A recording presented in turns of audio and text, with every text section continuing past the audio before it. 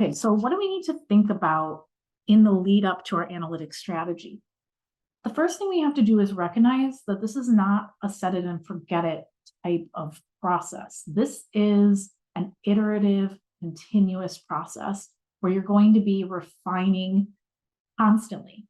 You're going to be getting new data in, going to be new insights to look at, and feedback to consider.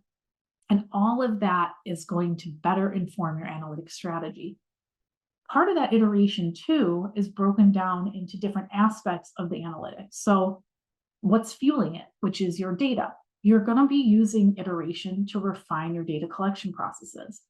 And I'll get a little bit more into the data collection in a few minutes, but before you start this, part of that process is cleaning your data, making sure that's as accurate as possible.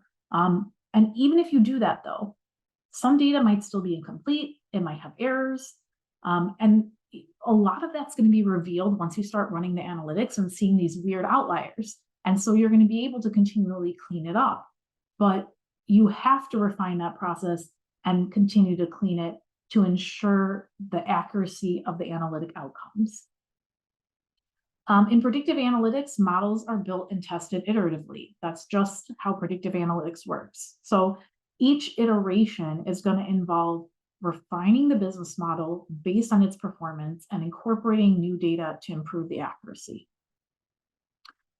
Businesses are fluid, and so their objectives and requirements are going to change, and they're going to affect the analytics approach. So when it's iterative, you can be more flexible, can adapt to these changes, and ensure that the analysis remains aligned with the organizational goals.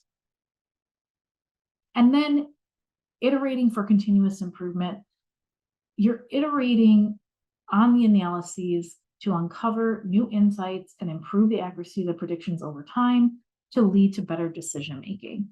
So the iterations are so important, and it's something you just have to be prepared for to tackle as a team when you start doing your analytics. I'm pretty sure everybody knows what SMART goals are, but if you don't, I put a cute little diagram in the corner there. They are goals that are specific, measurable, achievable, relevant, and time-bound. We need SMART goals when we're making an analytics strategy because we need to be able to measure the effectiveness of our strategy. So it's one thing to say, I want to make online banking better. That's cool, but what does that mean in practice? What should that look like, and what is achievable for your organization? So saying something like, we want to increase online banking adoption by 15%. Now we have put a measurement on it, and we know it's achievable through targeted marketing campaigns and user-friendly interface enhancements. We're very specific here, and we're going to be time-bound in the next 6 months. So now we can go back in 6 months and look at this data and say, did we achieve that goal? So having these SMART goals is essential.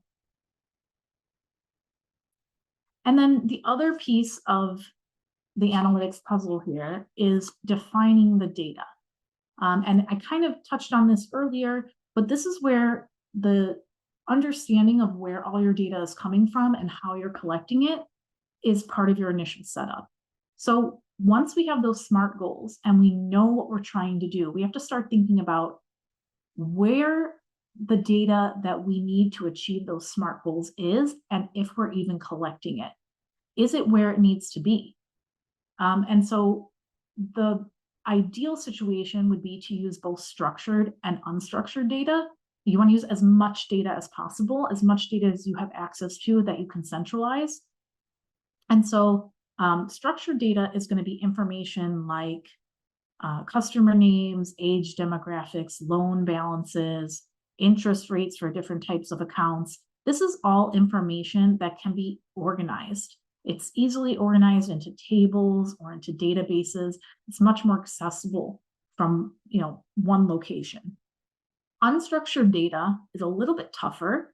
It doesn't really fit into a standard database, and it's not relatable to any other data easily. So unstructured data exists in places like Word documents, email chains, notes, online reviews, Facebook posts, tweets. All of those are examples of unstructured data.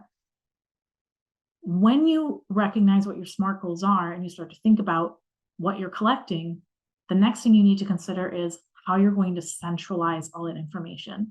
You're going to get really annoyed with me because I'm going to say centralize a lot, but that is a key component of this as well. Centralizing the data so you can have a comprehensive view of what you're working with and understand how you're going to apply that to the analytics is a key point here. So if you're going through this, I would call it kind of a data audit, and you start to realize, hey, this is how we're currently collecting the data. Is this going to track with how we see the business growing? Is this going to track with how we anticipate our analytics process is going to go? And if it's not, you need to start thinking about different data collection processes evolving with these analytic processes. And it's not going to happen overnight. There might be some things you need to change up front to kickstart the analytics, but that's why you do this, right? That's why you start looking at your data. And if you don't have the data already, you realize you're missing something, you need to start thinking about how you're going to start capturing it. So in summation here, first thing we're going to do, we're going to prioritize our focus. Where is this data and analytics strategy going to have the greatest impact? And initially you might say everywhere. Like, yes, that would be fantastic, but you have to start somewhere. So start thinking about, what is our biggest concern right now? What is the number one thing that we want to solve with our analytics? Maybe our upsell, cross-sell is a mess. Maybe we're concerned about our risk management process. Whatever that might be, you want to start prioritizing that list. Then you want to take that list and you want to define the SMART goals and the data you're going to need for each of those priorities in relation to the type of data, structured or unstructured, whether you're collecting it, where it's being stored. Start thinking about how the data is going to feed into that process. Validating the data for accuracy, super important. Banks are going to have to ensure that their human resources and their digital tools are working together to extract and manipulate all that essential data to really build out these meaningful analytics that you're going to need for each data type. And there's that word again, centralize. We need to centralize it. We need a system to combine all that data in one location for analysis. So some tips for success: start small. So if you have priority number one, start working on priority number one. Figure out what's working with that. Figure out what's not working with that. And then continue to tweak and tweak and tweak. Build a data ecosystem using both your internal and your external sources. Centralize, coming at you again. Fuel the analytics using a full scope of your customer data. And this is only one area where a no-code CRM can assist you. I'll explain later, and you'll see in Megan's presentation as well. Centralizing the data is just the tip of the iceberg in terms of what you're going to be using the no-code CRM for. But basically, at a base level, the no-code CRM is at least giving you an access point to pull all your data sets from across every point of contact into one comprehensive view. And then it's going to have tools to enable you to do more with that, which is what we'll explain in a little bit. Letting your consultant guide you on how your software systems are going to support what you're trying to accomplish. That's another huge one. And I don't think we want to overlook it. I was talking with one of our customers a few weeks ago after he had finished a project with our team. And I asked him, I said, what do you think was the biggest value that our team brought to the project that you were working on? And he said, it was kind of two things. We had a really big idea at one point that we got excited about. We brought it to the team. We talked about how we wanted to approach it, how we thought we wanted to approach it. And after going through it with us, the tech advisors crew laid it out and they said, you know what, we would actually advise you to go about it this way, and here's why. And it made us think of it in a way that we hadn't before. We didn't know that we could use our software that way, and it made the process so much more efficient. And it made less work for us because we worked over it with our consultant. And then he said, in the midst of that conversation as well, we started to brainstorm this other seed of an idea.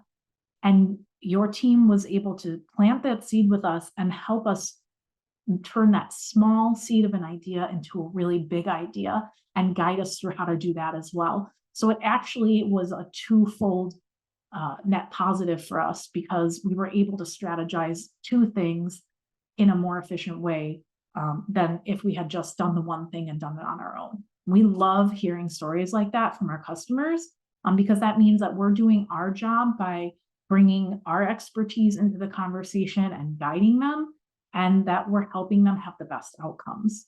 So I really think it's always important to tie in your consultant with whatever you're trying to do, and get their take on it and see if they have any creative ideas.